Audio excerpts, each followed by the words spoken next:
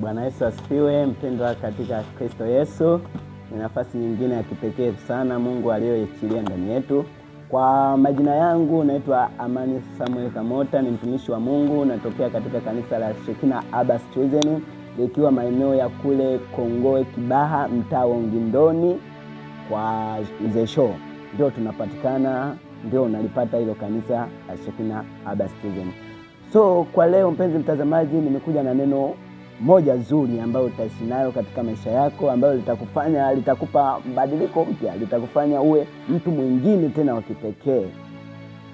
Hilo neno leo nataka nikakufundishe, maana watu wengi wamekuwa wakiuliza nini maana uamsho, tunaamka nini? Watu wamekuwa wamelala, sijui, I don't know why. Lakini Mungu huwa anataka watu ambao wenye uamsho.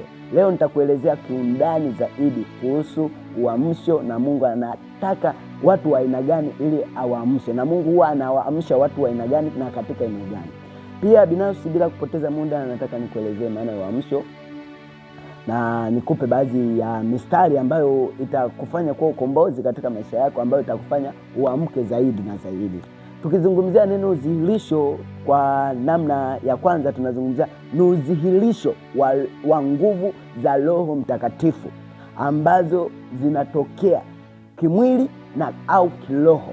Tunaposema udhihirisho wa nguvu za Roho Mtakatifu ambao unaleta urejesho kamili kiroho na kimwili. Kwa hiyo watu, kumbe tunaweza kuamka katika eneo la kiroho, pia tunaweza tukaamka katika eneo la kimwili.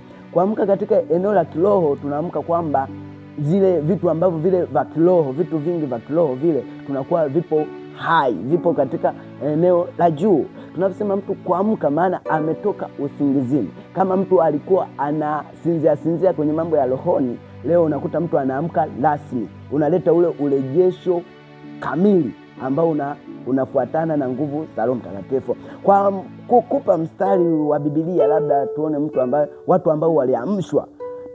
Tukisoma katika kitabu kile cha Matendo ya Mitume sura ile ya 2 mstari wa 1 hadi wa 4, ambao Mungu aliwaamsha watu, ambao ile siku ya kuamsha watu ambayo ilitafsirika kuwa siku ya Pentekoste. Mungu aliachilia uvuvio katika wale watu. Kile kilikuwa ni kikundi cha watu ambao walikusanywa sehemu moja, ambao Mungu aliwapa ile ahadi kwamba fikaeni humu mpaka